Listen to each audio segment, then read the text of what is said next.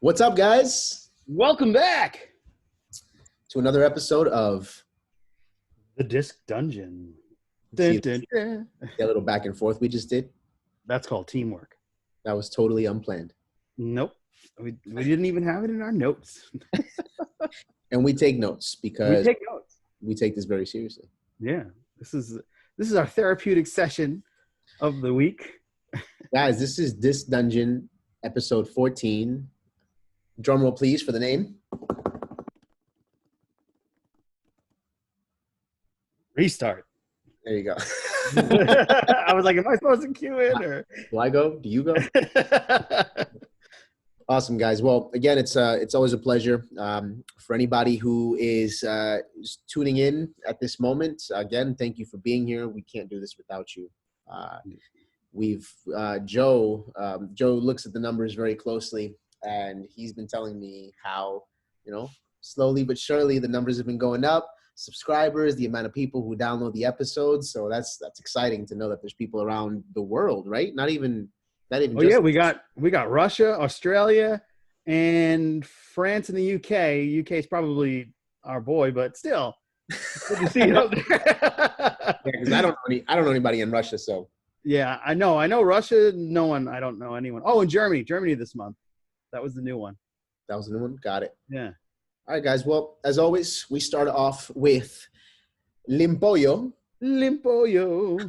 which is an acronym for "Let Me Put You On." Last week, we obviously gave each other albums to listen to, and this week, my album was Morcheeba. The name of the band is Morcheeba, and the album name is Dive Deep. So, my thoughts. Let's hear them well. So, right off the bat, I just want to say that the name threw me off. I was not expecting the type of music that I heard. Yeah, you thought I was going to give you some ska, didn't you?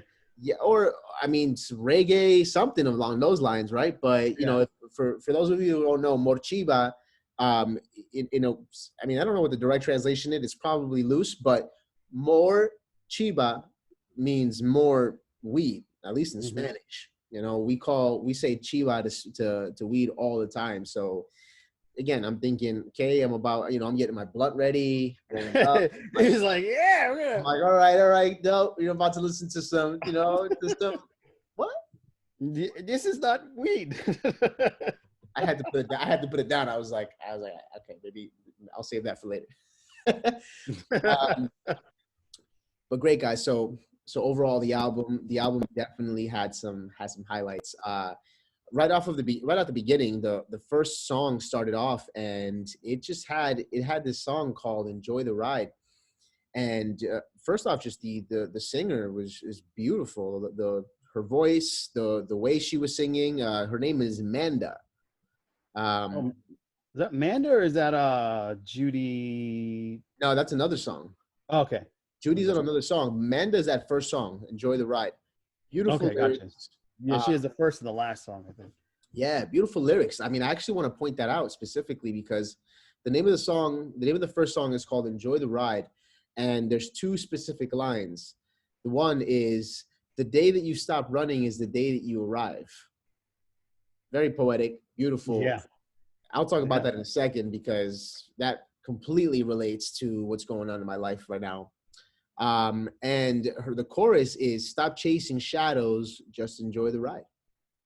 And I think that's that in itself is a concept that I think humans in general just have a hard time accepting. You compare yourself. If you're gonna look at the person in front of you, you're gonna chase their shadow. You're never gonna enjoy yourself because it's unattainable. You're never gonna get there. So love that. That was one of I have three main songs in this album that really captivated me. That was one of them, specifically for the lyrics and the voice. The vocals were beautiful. As you go down the line, I wrote some notes about how the style of the album is like country folk, yeah, with some modern twists. And every song has this scratching, that DJ scratching. every Yeah. all over. Every single song has some of it sprinkled. So I mean, I don't know much about the band, but I'm interested to know. I'm interested to know what compelled them to add so much of that in their album. I don't know if it's because of the time that the album was released, or because of the influences. Not too sure, but that was interesting. I mean, I wouldn't say I like it or dislike it. It was just, you just don't really hear that much anymore. I mean, maybe you hear it in kind of in rap, in hip hop music much more, but even so, not really anymore. This is a trip hop band. So they were around in the 90s. They I don't know if they rolled with the Brixton Underground or not, and that underground scene of the wave of change of music. Like there was the new wave underground, and now there's the cyberpunk movement that's kind of rolling around over there. Okay. And it's starting to gain momentum here. So I'm wondering if that's one of those things that came out of it, is that blend and meld of acid jazz, electronica, hip hop, and folk music that just made this album. It's, like I said, one of my favorite albums by them, but it's not one of their biggest. So it's very interesting. But I'll get into that later. Cool. Continue. Well, for sure, right off the bat is a band that I'm excited to delve a little more into and find some more of their music, because I bet there's some other gems in their other albums as well. Oh yeah. Let's see. So, like I said, the modern elements, pop melodies though, like the melodies are catchy. You know what I mean? They're not out here telling stories about the young kidlin. These are pop melodies. They're catchy phrases. The next song that it's not one of my top 3, but it's one of the songs that caught my attention. It's called "Gain the World." The reason why it caught my attention is because there's an artist that I work closely with. His name is Isnate. If you want to find him, you just go on Instagram @_Isnate, or just go to Spotify, Isnate. And he has a song called, he has a song called "Gain the World." And when I asked him, what does that mean? He's like, oh, it's a Bob Marley reference, where Bob Marley said, I would never gain the world and lose my soul. Oh shit. So as you listen, wow, that's such a I had no idea about that. I've listened to this album since its actual release in 2008. Yeah, because one of my coworkers put me onto it. And I knew about Morcheeba early Morcheeba from the 90s, because I worked in the mall when I met Joel the first time, and probably you. But by the way, just so people know, Joel is the amazing man behind the camera and behind the scenes, making all the music and wonders come together with a nice EQ, blending it all and making it magic with by Audios, the group, the Magic Men, the sound that you need. I should do commercials. Yeah, you definitely should. We'll talk more about Audios and Joel during our behind the beat segment. Yep. Yeah, right off the bat, I'm listening to the song, and she's saying these words, and I know exactly where they're coming from. And so it was nice. It was nice to hear that Morcheeba, even though the music is not ska, it's not reggae, you can tell that Bob Marley is one of their influences. There's a subliminal message there. Exactly. Yeah. And for those of you who are wondering what that means, I mean, essentially Bob Marley was saying that he wouldn't sell his soul for all the riches in the world, essentially. You know what I mean? You could give him the world on a silver platter, but if that meant that he had to sell his soul in order to do that, he wouldn't. Which is a total opposite of last week's Tricks of the Keys, if you remember. Yeah. With the blues singer that sold his soul so that he could be the best guitarist in the world, who died very young at age 27. We're pretty good at this, because that wasn't even planned. No, it wasn't. I just put it together. I was like, oh, wait, that connects. I want you guys to know that was complete serendipity. So if you enjoyed that, we probably cannot recreate it. No, I think music is serendipitous, so I think it all comes together, It's a synchronicity, you see? Oh, that's backwards. But whatever, it's synchronicity. One way or another, Joe will always find a way to or the Police. Yes, yes, I will. The greatest band ever. So if you're tired of hearing this, just write that in the comments. Don't do that. Just write it in the comments. You would make me sad. Troll him, please. All right, let's see. I also wrote that they remind me of a band called Everlast. They similar vibes because Everlast uses folk, they use country, and they use rap elements as well, which pulls me into my next point is that they're very eclectic. So in that album, there was a French singer who sang a very guitar centered folk type of song, and then you have a good 2-3 songs on there where it's just straight bars. Rap, total rap by a Korean rapper, which again, awesome. And then you have the folk, you have the country, you have some hip hop elements in there, but it's definitely on the rocker side, not on the urban side. Let's see, another song that stood out to me was Blue Chair. Just my favorite song off that album. Just the melody, man. The melody that they chose to start off the song with. I'm not gonna sing it because I want you guys to go out and listen to Blue Chair by Morcheeba. But that's a melody that stays stuck in your head. That's a melody, and that's when I listen to music. If I'm gonna listen to a song, I want the song to leave me with something. And sometimes the lyrics don't do it, but if the melody is on point, you get this. You get a 10 out of 10 from me. Woo! Look at that. Word. Let me see. Other thing I noted is that they love their outros. They love their outros. They do. Almost every song had a very interesting outro that kind of took you somewhere else or let you go softly. And that's important for me in music, especially just because, you can have an overall arcing theme, but intros and outros are such a good place in music just to throw a little curveball in there, and they achieve that very well. Let's see. Okay, so I have 2 more notes. I'm going to say first that the album started off strong with that first song, that Enjoy the Ride. The middle of the album was great. Like, it was captivating. I was going different places. my opinion, obviously, I was enjoying the album at that point. But after the song One Love Karma, after the song Blue Chair, sorry, which was the one I was just mentioning, it started to fade a little for me. They obviously took a different route. They started to slow down the music a bit, which is they took a big slow after that because it's a different singer. That guy, I think it's Thad or something like that. He's good, but like it really mellowed out. It's like the high is off. and honestly, that's not a problem for me.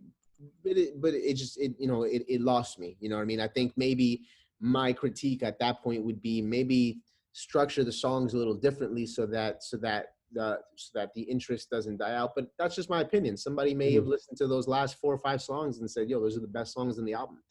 That's why music is so great, because it's my opinion really doesn't matter. Yeah. So the last comment I want to make is that there's the 3 songs that stood out to me were the song number 1, which was Enjoy the Ride, One Love Karma, which was a full-on rap song, and Blue Chair. Those were the 3 songs that really impacted me. And I would have to say that we have a rating system, and we have 3 categories. Vocals, 10 out of 10, 100%. I love that there were different vocalists. I love when albums feature different artists. They were well balanced, good voices. The production, again, 10 out of 10. That was, even the little elements. There was a cat purring in Blue Chair. The scratching. Exactly. All the descriptions of the textures. Yeah, like, let me wrap my velvet arms around you. Exactly. And surround you. It's like, let me give you that comfort. And like I said, this is a big album that really connected me to my godfather, because when my grandmother passed, he was there and I would always sit in his chair. And he lived across the street from me. So I would always go to his house and I would sit in his seats and everything. And before he had too many dogs. And when I was even younger, I used to do that because my great grandmother passed, or one of my other relatives passed. Instead of dragging me to all these funerals, they would just, have Bob watch me. And, I'm grateful for that. And he had a velvet chair at one point that I just would dive deep into and feel safe and warm. Dive deep. And the last category is preference, obviously. This is an opinionated show, and like I said, the last 4 or 5 songs lost me. So prior to that, I would have probably given it between a 9 and a 10. So I'm going to give it an 8 for preference.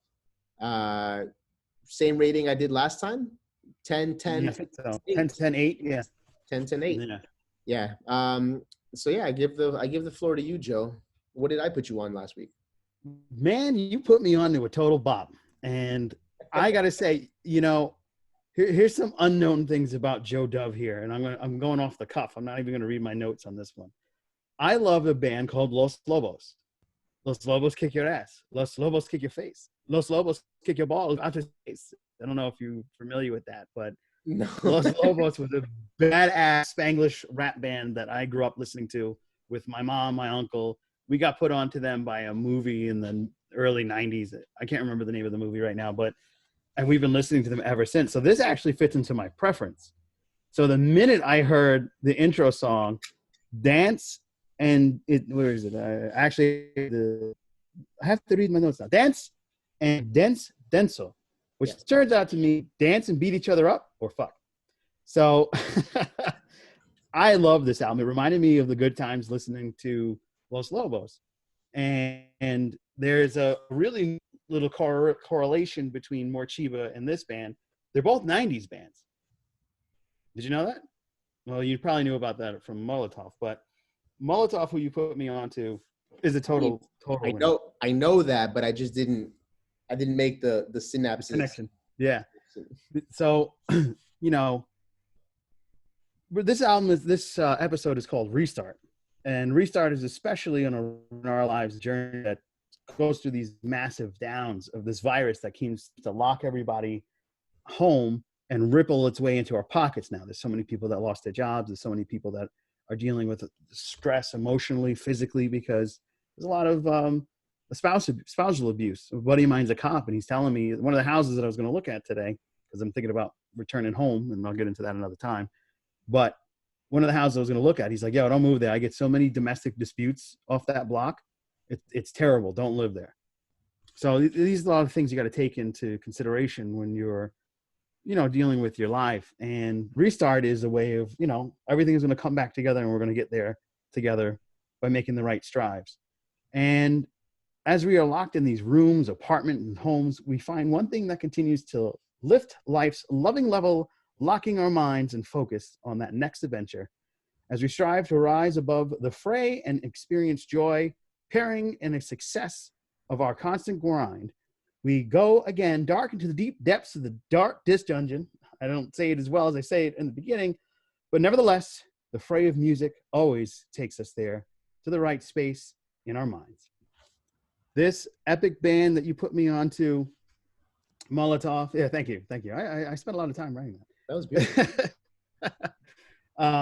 They're a badass band, man. This, like I said, reminded me of Morcheeba because the band kept evolving. The members changed, and the members that themselves that are in the band also change instruments when they when they go on live tour and even in their songs, which I didn't know bands did that. So one guy's on drums, all right, let me play the bass, and they switch out, and that's freaking cool. Yeah, you have a whole band of Princes. Just think of it that way. Prince played 19 or 20 instruments. He could pop on the piano, play the bass, play the drums, play whatever. He was amazing.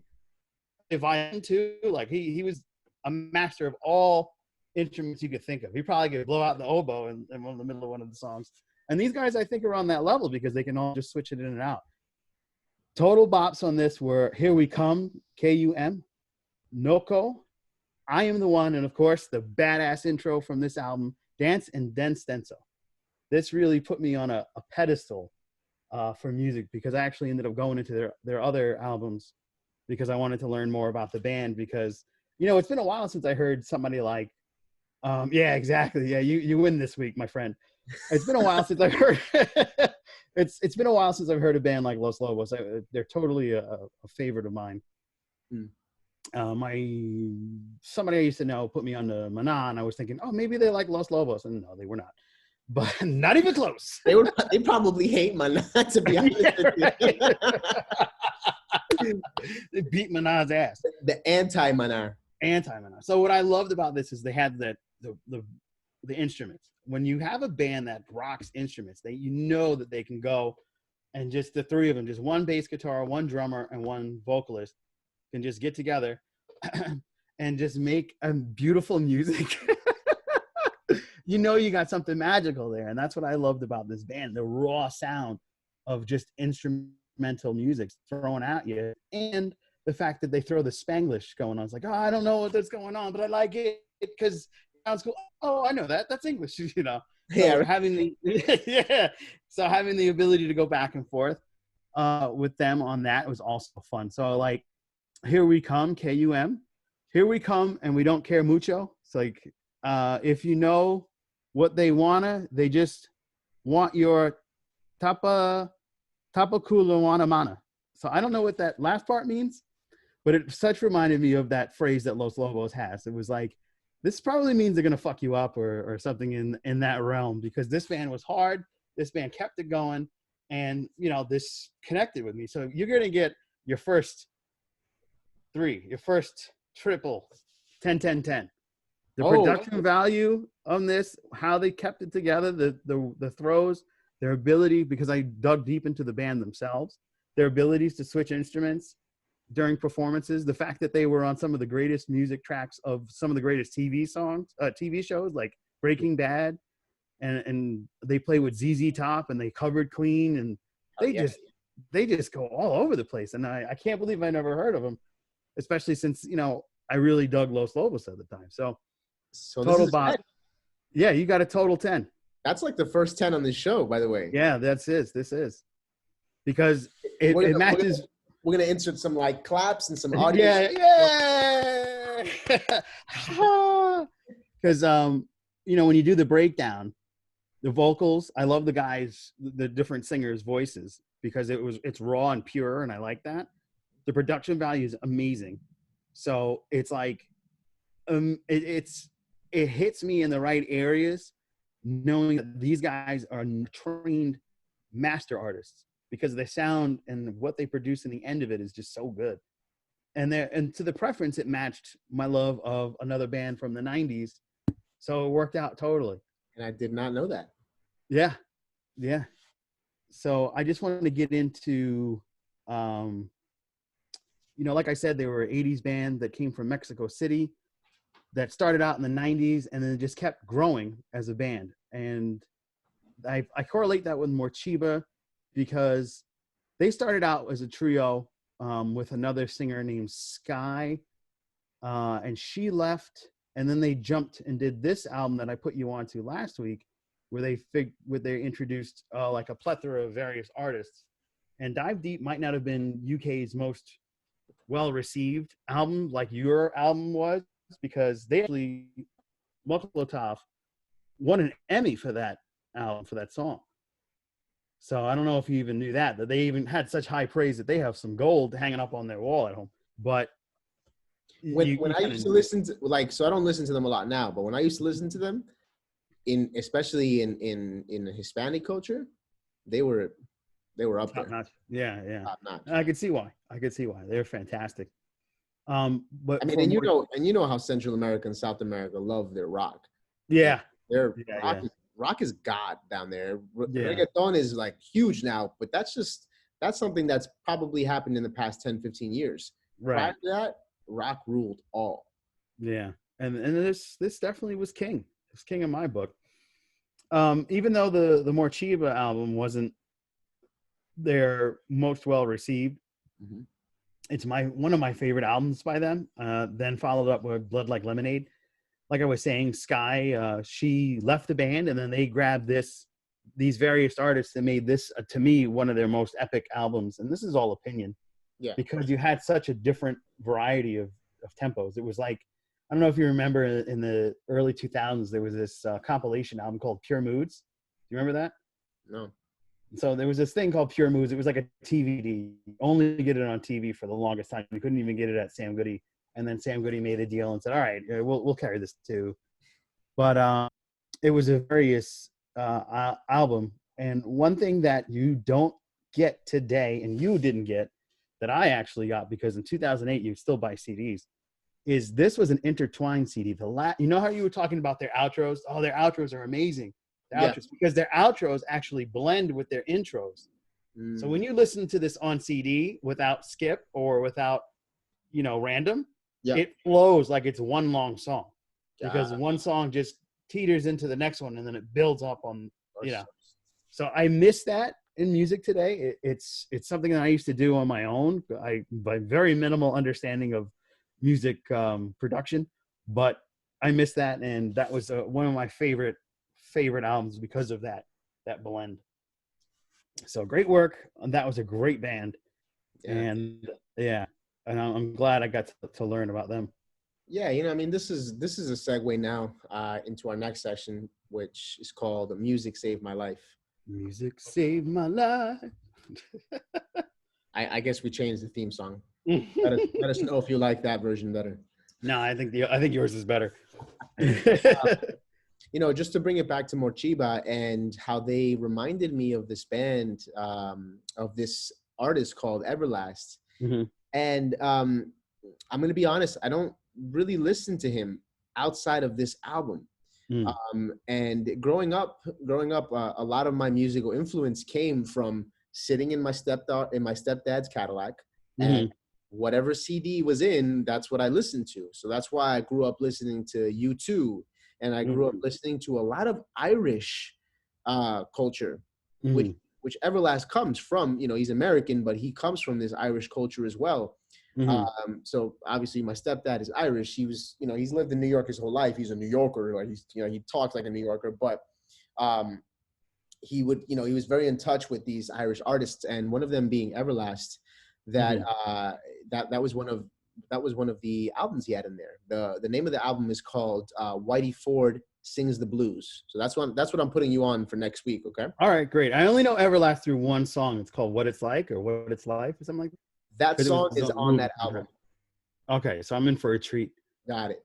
And there's other really good ones in there, but it's a rap heavy song, and so that's where I kind of bridge the gap with Morcheeba and Everlast, because Everlast has Morcheeba has these rap elements, these folk elements, just like Everlast. When you listen to this album, you're gonna see that jump in there, but it's definitely more folk. It's more storytelling. He does it in a rapping way, but it's definitely more storytelling. And I don't know, just even thinking about that album, What It's Like, and another song called Ends, just thinking about the stories and what they meant to me as a kid, because there's a song on there called Ends, and I won't give too much away, but ends is another way to refer to money, right? Make ends meet. That's where the term comes from. Right. And it talks about this kid who is doing anything for the ends. Right? So it goes through this kid's story and the things that he's doing just to make money, right? And the hardships he's doing, because we know when you chase money, you're ultimately going to fail. It's you have to chase a dream. You have to chase a passion to truly be happy. When you're just chasing money because you think that's going to solve your issues, I mean, yeah, I think it'll work. In one way, it may, you may have that house, you may get out of the projects, you may get out of a financial situation, but money is not the end game. Nope. And when you own a house, you got to deal with all the issues that come with home ownership. Exactly. And and listening to this as a kid, I didn't, I was a kid growing up in Westchester. You know what I mean? One of the richest counties in the world. The best Chester. The best Chester. So I didn't, these weren't the problems that I was facing. I had my own problems, but the ability that this guy had to tell this story, that the ability he has, he's still alive, to tell the story and to make you feel what this kid or this person in the song is feeling was just amazing. And so I think in general that impacted my music, because from an early age I was listening to these musics that had a lot of substance, and I always said to myself that I always gravitated towards that type of music, even though I love pop, I love fun, I don't really have to think about much type of music. But when you hear this, man, and the music that accompanies it, you know, it definitely brings me back. And in a way, it did save my life, you know, because, you know, I'm not living the situations that these people are, but just the ability to know that, hey, you know, there's people out there going through some rough things. I don't have much to complain about. You know what I mean? You know, if this story is real, if this kid is going through these things and he's doing all these things just to make money while I'm sitting here in my stepfather's Cadillac, you know, I don't got much to worry about. And I guess just the putting that being put into perspective to me at such a young age saved my life in a way, because, you know, because I think I had my head screwed on a little bit, not fully, but a little bit growing up. So yeah, man, that's my recommendation to you. I can't wait to get into them a little bit more. Like I said, I listened to them because they were on the End of Days soundtrack, and that's the first time I got my taste of them, and I really love that song. It was on my mixed CDs that I blended together, because that mixed with Days of the New for me. I don't know if you know Days of the New. Days of the New. Yeah, they were different because in the time where everybody was electric instrumental, they were acoustic. Okay. So they were a fun band, but I'm going to put you onto them another time. I just heard this total bop called Monument by Robenstock. Robenstock. You know them? No. Okay, good. So there's two bands, but Days of the News next week, because they're going to link in with Everlast a little bit more, because they have a lot of deep lyrics and stories that they tell with their music. Whereas Robenstock has one song that's deep and gets into that, and they're a melodic band with remixes that just take you out of the planet. And because we're locked in our apartments, in our rooms, in our houses, in our cars, if that's the case, getting off world is a great place to be. And I like to give people something a little bit more spiritual and altering. So I definitely want you to listen to Robenstock Monument. And it's weird because his main vocalist is Robin. So it's Robin and Robin. So you get confused, but I'm going to give you the deets on those guys in the next episode. Yeah. Well, that was Music Saved My Life. Now we enter a segment. Our third segment, as always, is Behind the Beat. Behind the beat. Behind the beat. Beat. Beat. Oh, man. I'm sorry, guys. I'm sorry you guys have to deal with this every week. That's good stuff, man. So in this Behind the Beat segment, I have a huge announcement. Before I tell you about this announcement, as always, I take this opportunity to talk about the company that I'm a part of. This company is called Audios, audio with an S. You can find us on @MadeByAudios in IG, any other social media platform, madebyaudios.com. The company is comprised of me, Julian, Henry, and Joel. It's three of us. We are a production company of sorts. You know, we essentially produce music, we do artist development. You know, I mean, just in a layman way, say we make beats and we work with all types of artists. We collaborate. We make music, and we all have, you know, we've all fell into our specific roles. You know, Joel is sick on the drums. He is a mix engineer. So at the end of the day, when those songs are done, they go to Joel. He polishes them up. He produces as well. Don't get me wrong. He makes some badass tracks. But whenever we make tracks, or whenever I make a track individually, it usually always touches Joel before it goes out to the public. Henry went to school for music. He is our theory buff. He'll play any instrument that you give to him, and he'll play it very well. So he's a prince of sorts. And give him the crown. And I come from more of an artistic background. You know, I was pretty much an artist just exclusively for a while, until I decided that, you know what, I want to do my own production. and we came together. We came together and we decided that we wanted to launch a company last year called Audios. And the big announcement is that so recently I just got laid off. I got laid off on May 1st, and I think a lot of you out there are maybe experiencing the same situation as well.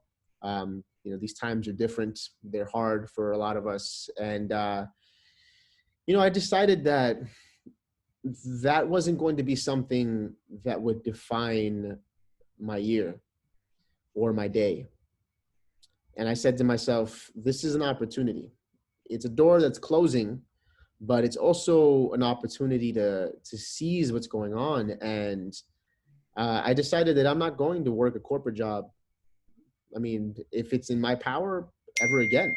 At this point, I'm going to go into Audios full time. I'll be securing the rental of a studio in June, so we'll have a physical location very soon. And this is just a huge step for me. I've always done music and worked a 9-to-5 job, and at this point, I'm saying, fuck the 9-to-5, and I'm going full into what I love. And I hope that message to anybody who's listening to this, I hope it inspires you in some way that, you don't have to work the 9-to-5 if you don't want to, learn the skill set, learn your value, and apply yourself, and don't give up, and network a lot, because networking is key. And so, so what does that mean now? I received a new laptop yesterday. Woo! So I got my MacBook Pro. I'm actually using it right now to do the session with you guys. That's obviously my first tool and my most important tool moving forward. And step by step, I'm gonna use Disc Dungeon as a platform to keep you guys updated on how those things are going. And I'm glad you're here for the ride. Enjoy the ride. Okay. Did you love how I throw all the songs and music into it? I've been doing that from the beginning. I don't know if anybody's ever caught that. Oh, you're very transparent. When it comes to that. That was the nicest word I can find. Transparent. Transparent. Yeah, man. Guys, that's it for Behind the Beat this week. We have one more segment left, and Joe is going to take this. Joe has a really exciting tricks of the keys. Tricks of the keys. Tricks of the keys. And for those of you who have been following us for a while, just call it Tatika. Yes. So this one is going to be a tough one. As half African American myself, I know that our existing all around us is blatant fucking racism. Okay, it's every day of your life. Every time you see a monument that's up anywhere north of the Whistling Dixies of South Carolina, we know that there's some type of racist connotation. There's laws that don't allow certain people of color or ethnicities to advance in society, like stop and frisk and things like that. But there's one thing this is probably going to ruin a lot of shit for folks, but for me, it was an eye opener, and now I hate Mr. Softy. Do you know the ice cream truck jingle? It's actually, yeah. Okay. Is actually a racist song called Nigga Love Watermelon, ha ha ha. Yes. Wait, can you say it again? Because you said it a little quickly. I sure did, because the white half of me is like, please don't get beat up by the other half. You said the N-word. Yep. Loves watermelon. Ha ha ha. Ha ha ha. Yes. Do you understand? See, you know what's crazy? I sing that song a lot. The Ice Cream Man song? I whistle that song probably once a week. You just ruined my childhood. Oh, yeah. The song, I'm trying to pull up the lyrics for you. It's a minstrel. It's a racist minstrel song. All the ice cream trucks that are playing this thing are just cruel ways of keeping the minstrel years alive. It's amazing. It's Theodore Johnson III at a code switch went deep into the origin of the Ice Cream Man song. I've got this information from NPR, just so you're aware, and you can look it up from yourself. The lyrics of the song are, "Nigger love a watermelon, ha ha ha. It merits the distinction of a racist title in America," released in March 1919 by Columbia Records, written by actor Harry C. Brown, and played to the familiar depiction of Black people as mindless beasts of burden greedily devouring slices of watermelon. As it quickly began, the music paused and the response issued, "You niggers quit throwing them bones and come down and get your ice cream." Now, if you ever listen to that, I'm not going to go into all the lyrics, but I'm telling you, this is probably one of the most racist songs. And yes, I know that there's some people out there, the Candace Owen types, that are trying to debunk this now because NPR put it up and it came up recently on some popular social media sites, but it's 100% true. I challenge you guys to go and listen to this minstrel song, so that it's literally written as "Nigger love watermelon," so it won't be hard to find. I'm going to link it into the YouTube box, so make sure you go to YouTube so you can click it, and you're going to hear that distinctive. It's crazy. And the lyrics match the music that you're hearing. And one of the things he says is, "Yes, ice cream, a color man's ice cream, watermelon." And, you know, it's in that old timey, you know, "Oh, we're going to get down here. It's, you know, that vaudeville era, which the minstrel acts were very big during that time. And that's the era of blackface. And that's why we don't like blackface. So I definitely think that I have a new light on the Ice Cream Man. My wife used to say, "Rat infested truck," because they used to park not too far from her house in Newark. And, you know, the rats would get in the ice cream trucks because of all the dropped ice cream, and they would come and eat it, all that stuff. So she would never get ice cream from the ice cream trucks because of that. And now I have another reason to not eat from the ice cream trucks. Yeah, that's I mean, I suspect that a lot of people who play that song don't even know what that song means. Yeah. That's thank you for that. Yeah. It's an eye opener, and one that's an eye closer right after. She's like, "What? Oh no." Wow. Crazy. Yeah. All right. Well, that was an intense way to end the show. Yeah. Racist. That's racist. Guys, we want you to know that that This Dungeon podcast is available on all platforms. It's recently just got accepted on SoundCloud, correct? Indeed. Yep. And if you are of the giving nature and wish to donate to these jewels of Julian, meaning his beautiful vocals and wondrous voice, and if you like the soothing sound of Joe Dove, I encourage you to donate on our PayPal link on SoundCloud. Oh yeah, and we're also putting every song that we put each other on, every album that we put each other on, we're making a playlist, and it's called This Dungeon LMPYO, which stands for Let Me Put You On. Let me put you on. Limpoyo. So every album we talk about is going to be there. If you guys just want to go to one place to find all the music that we refer to, it's all going to be there for your convenience. And that's on Spotify, right? That's on Spotify. Yeah. And guys, so remember, we love your comments. Anything you want to tell us, if you want to debunk his research, nope, please. You Candace Owen types, shut the F up. You're trying to glaze racism, and it's not gonna happen. If you want to talk about how beautiful Joe is, please. I'm glowing here, like literally. Look at this shine. Just send us some comments, interact with us. We will respond. We will talk back. And again, thank you very much. And if you're a big police fan, let us know in the comments. Just like take that somewhere else though. Like maybe start a forum on like Reddit or something. Look, it's the new Sting album I got before the lockdown. He literally has a shrine. That's a Sting shrine, guys. A little bit. I mean, it's the three pops of Sting, Stuart Copeland, and Andy Summers, the three members of the Police. There's the Sting album. Behind that is another Police album. It's the shirt I'm wearing, Synchronicity. Yay! Bye, guys. Julian Valencia. And Joe Dove. Have a good day.